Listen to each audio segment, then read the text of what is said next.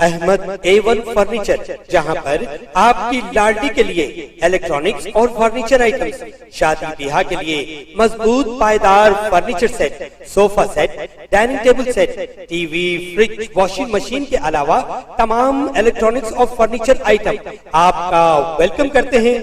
Ahmad A1 furniture और Ahmed electronics, opposite Shadan hotel, Ballaguda road, Hashimabad, Hyderabad.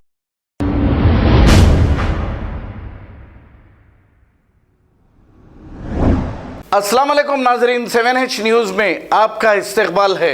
आइए देखते हैं 7H की ये खबरें। मैलाडदेवपल्ली पुलिस स्टेशन हुदूद के इलाके में एक सड़क हादसा पेश आया है। तफसीलात के मुताबिक काटेदन के रहने वाले दो नौजवान, जिसका नाम रोशन और साई है, जो बाइक पर तेज रफ्तार जा रहे थे, सामने जाने वाली गाड़ी से टकरा गए और वहीं पर गिर गए। एक नौजवान जिसका नाम रोशन है, मौके पर ही ये फौत हो गया। जैसे ही ये इत्तला मैलाडदेवपल्ली पुलिस को मिली, मौके पर पहुंचकर एक केस दर्ज करते हुए बॉडी को पोस्टमार्टम के लिए दवाखाना मुंतकिल कर दिया और तहकीकात का आगाज़ किया। आइए देखते हैं ये रिपोर्ट। लड़के के पिताजी है साहब।